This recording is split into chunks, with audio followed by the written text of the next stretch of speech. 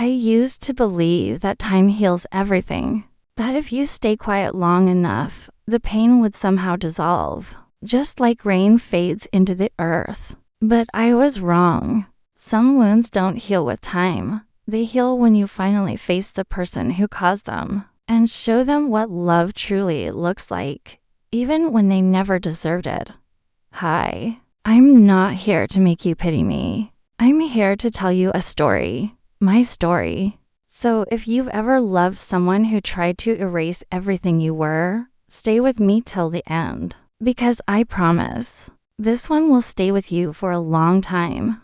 And before we begin, please don't forget to like this video, subscribe, and stay until the end. This isn't just a story. It's a piece of my heart. My mother's name was Amara. She wasn't just my mother. She was my entire world. Her laughter had a softness that made even the darkest nights feel safe. But when she died, I was only 12. And the day we buried her, it felt like the world stopped breathing with me. My stepfather, Rafiq, stood beside me that day, eyes cold, lips pressed into a straight line. He didn't hold my hand. He didn't say it would be okay. He just kept his gaze on the grave, as if he couldn't wait for it to be covered. I used to think maybe that was his way of grieving, but I was wrong. It wasn't grief. It was relief. Because soon after, he started pretending she never existed. He took down her photos from the walls. He replaced her favorite blue curtains with dull beige ones. Even the perfume she used to wear, the one that smelled like jasmine, he threw it away, saying it made him sick. At first, I fought back. I tried to keep her memory alive by talking about her, by keeping her scarf under my pillow, by whispering her name before I slept. But every time I did, he'd remind me, stop living in the past, Aisha. Your mother is gone. You have me now. But I didn't have him. Not really. What I had was control, disguised as care. When I turned 15, I learned how to disappear, not physically, but emotionally. I stopped talking at the dinner table, stopped laughing, stopped existing in the way he wanted me to. Because every time I spoke, he corrected me, my tone, my choice of words, even how I said her name. Say it again, he'd bark one night as I whispered my mother's name while setting the table. Say who? And I'd freeze. Because I knew if I said her name again, I'd pay for it. So I stayed quiet. But silence has a way of storing pain, like bottles stacked on a shelf, waiting to burst. And one night, it did. It was my mother's death anniversary. I had lit a small candle in my room. Just one. Nothing grand. I placed it next to her picture, the only one I had left. He walked in, saw it, and without a word, he blew it out. The smell of wax and smoke filled the air. Then he picked up her picture and said, "She's gone, Aisha. Stop living like a ghost." He threw the photo in the trash, and I watched it fall, face down. Something in me broke that night, but not in the way he thought. Because sometimes, when they try to erase your history, you start writing a new one, quietly, but fiercely. I finished school, got a scholarship, and left for the city. He didn't stop me. Maybe he thought I'd fail. Maybe he wanted me gone. Either way, I didn't look back. In the city, I worked, studied, survived, all on my own. There were nights I couldn't afford food, and I'd just drink water and look up at the sky, whispering to my mother, "I'm okay, Emma. I'm still here." Her name became my strength. Every rejection, every insult, every tear, I used it to build myself. I graduated with honors, got a job at a publishing house, and one day, I started writing. Not for the world, for her. I wrote stories about women like her, women erased, silenced, forgotten. But through my words, they became eternal. Years passed, and my name, The one he tried to bury under his started appearing on book covers. Aisha Amara. I used her name beside mine, not out of rebellion, but remembrance. Then, one evening, I received a letter. The handwriting was familiar. Rafiq. He said he'd seen me on TV. He said people were talking about my book. He said he was proud.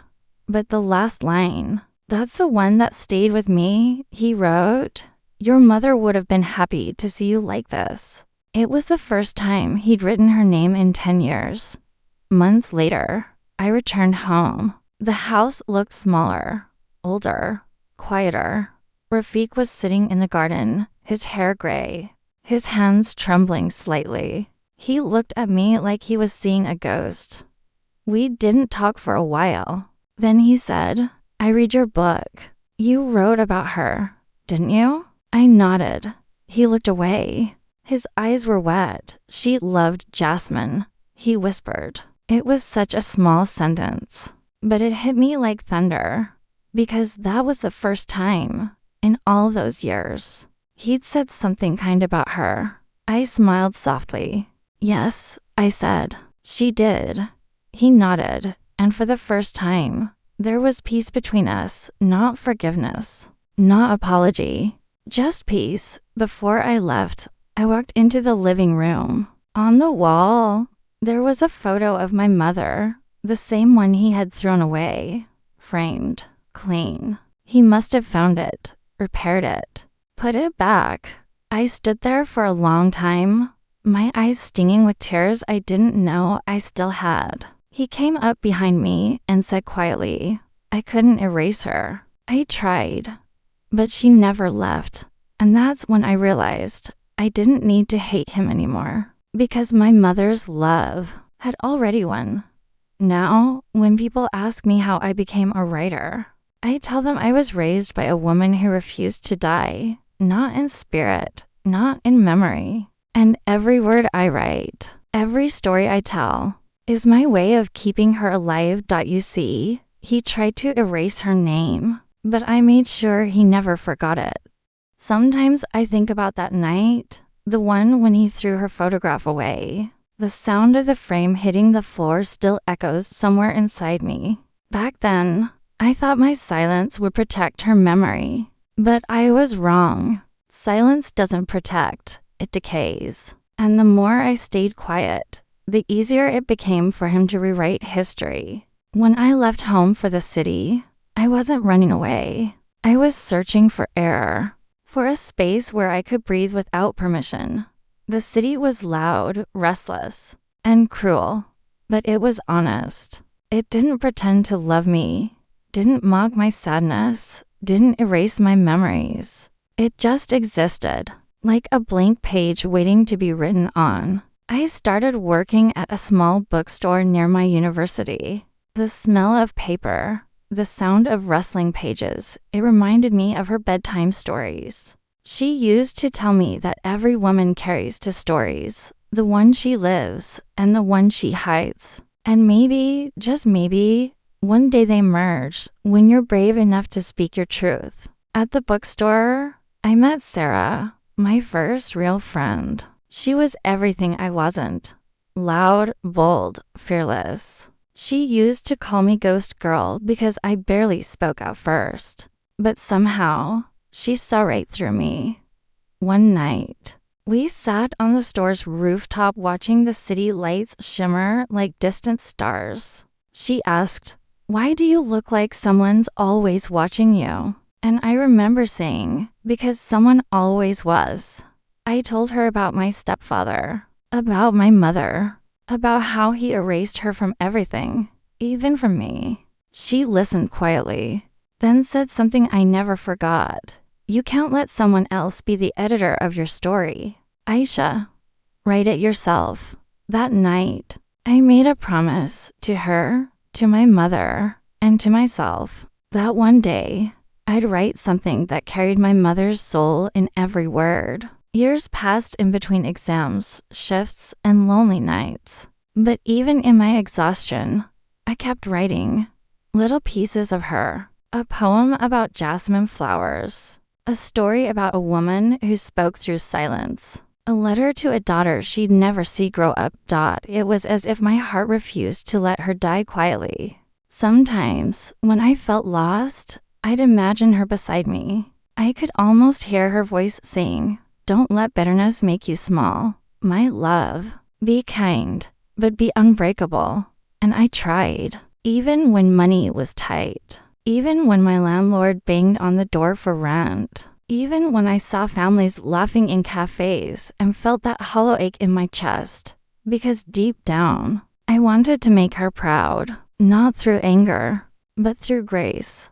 When I published my first short story, it barely got noticed. A few likes online, one kind review, and that was it. But something in me shifted. For the first time, I didn't feel invisible. I felt seen. So I kept going, one story after another. And slowly, the world began to listen. My stories weren't just words. They were whispers of all the women who'd been silenced. Each one was a piece of my mother. Each one was a way of saying her name without fear.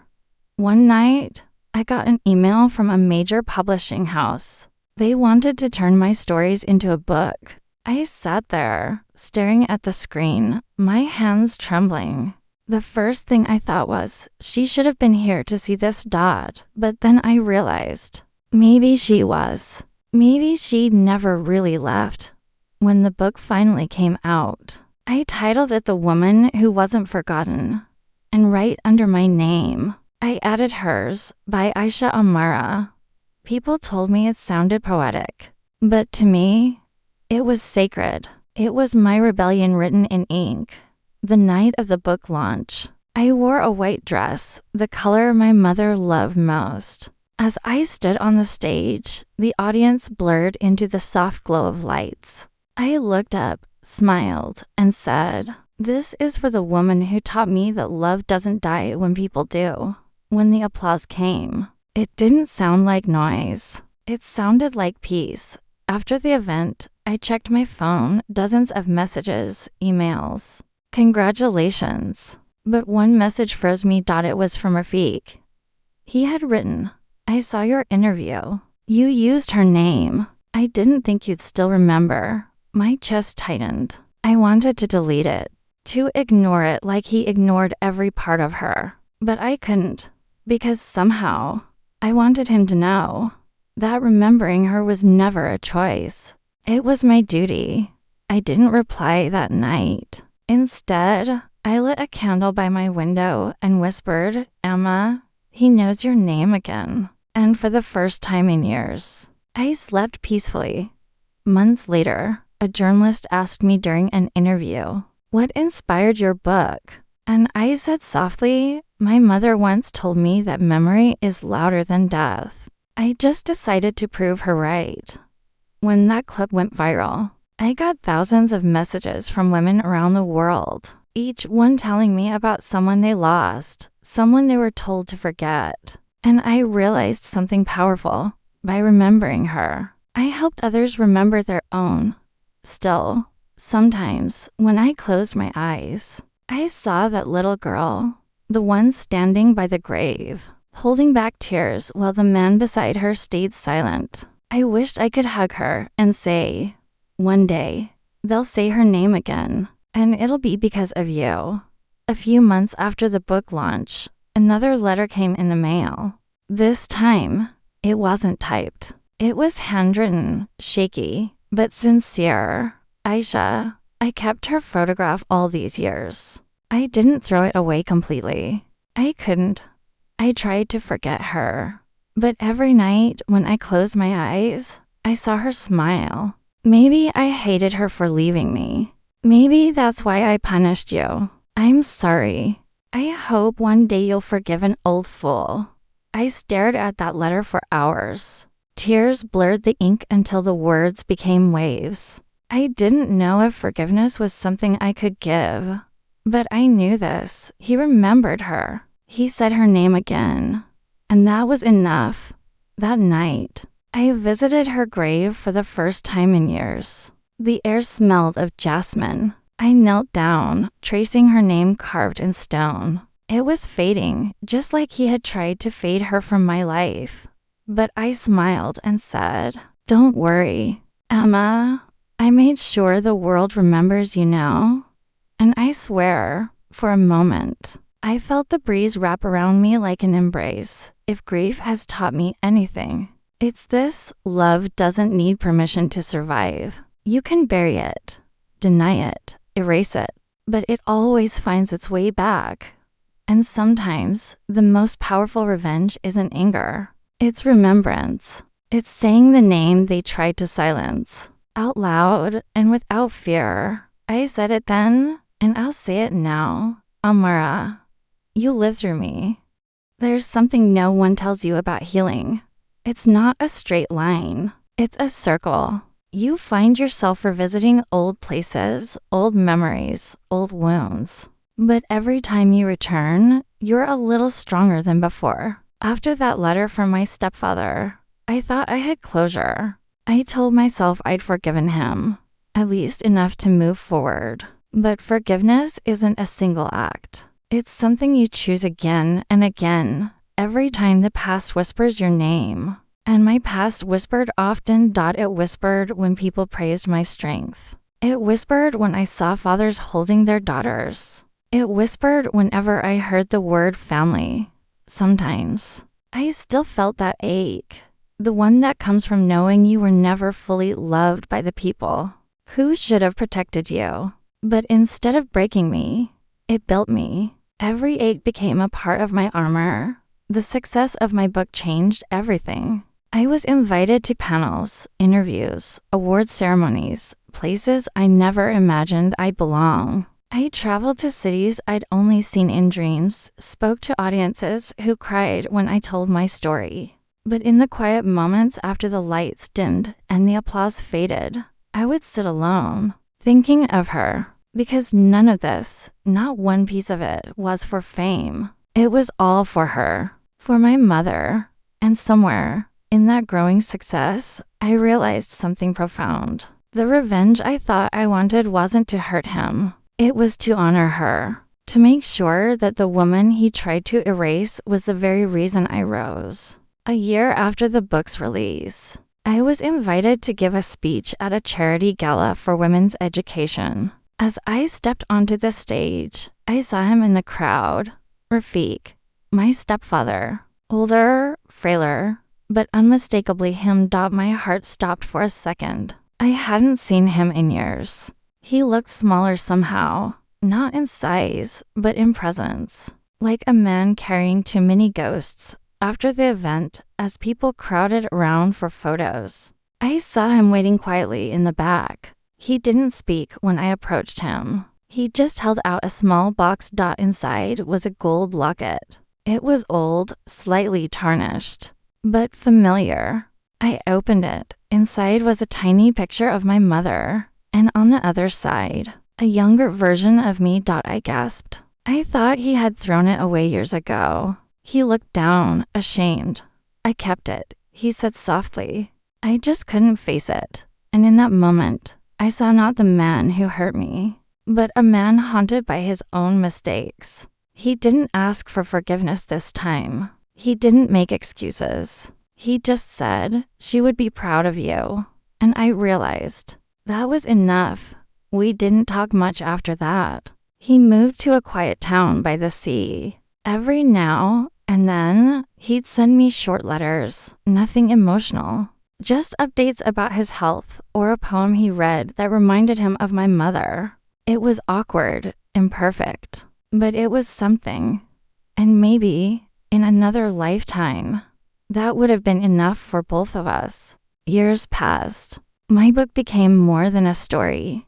It became a movement. Women from across the world began sharing their own tales of loss, remembrance, and resilience. We built a foundation in my mother's name, the Amara Foundation, to support single mothers and girls denied education. On the day of its opening, I walked into the new center, walls painted soft cream, the air filled with jasmine, and right there in the main hall, engraved in gold letters, were the words, "You can erase a name from a wall, but never from a heart." Aisha Amara people came up to me, thanked me, hugged me. But when I looked around that room filled with women smiling through tears, I realized something powerful. This was her legacy, not the silence he left, not the pain he caused, but this hope, courage, and light. One evening, I got a call. Rafiq was gone, peacefully in his sleep. When I arrived at his house, the caretaker handed me a small, sealed envelope with my name on it. Inside was a single piece of paper. It read, "I couldn't undo the harm I caused, but I wanted to help you continue what she started. I've left my house and savings to the Amara Foundation. Tell her I remembered." I sat there, holding that letter, tears falling silently, because for the first time, I didn't feel anger. I felt peace. Maybe he had finally remembered her not as guilt, but as love. At his funeral, there were only a handful of people, a quiet service, the way he wanted. When it was over, I placed the same locket on his coffin, and I whispered, "She would have forgiven you too." Then I walked away, not out of sadness, but out of freedom. Now, years later, when I sit in my office surrounded by letters from readers and photos of the foundation, I sometimes talk to her out loud. I tell her about the girls who graduated, about the mothers who found strength again, about how her name shines on banners and walls around the country. And every time, I imagine her smiling.